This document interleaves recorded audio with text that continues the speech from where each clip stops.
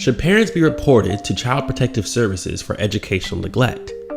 Well, that depends on where you live, because every state defines neglect differently.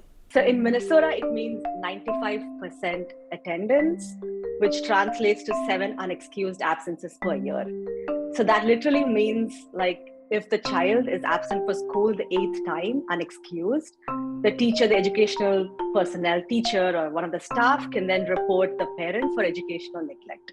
And once you look into who is most affected by this law in Minnesota, you see a large majority of the families are people of color.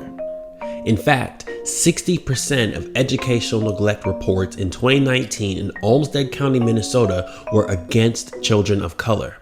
Although, children of color only made up 35% of the overall student population.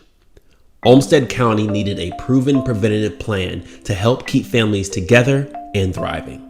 What the county did was they said, well, what if when families of color are being reported because they're being over-reported, why not work with another program, which is called PACE? PACE is a voluntary program that diverts kids of color from the Child Protective System by offering front-end case management services that wrap around the needs of families. Services include resources that cover housing, medical, social, and emotional needs of the family and the child. As a senior Foster America Fellow, Mathangi spent the next 18 months researching the outcomes of families that went through this program. PACE reduced the short-term reentry rate by 16%.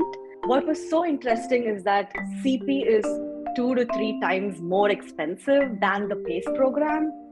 So the cost of serving one child through PACE is like 1/3 the cost of serving a child through child protection.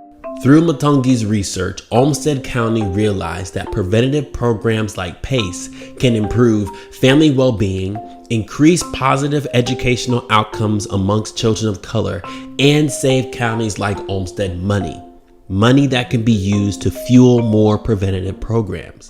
It's been proven time and again how poverty influences educational neglect, whether a child really goes to school or not.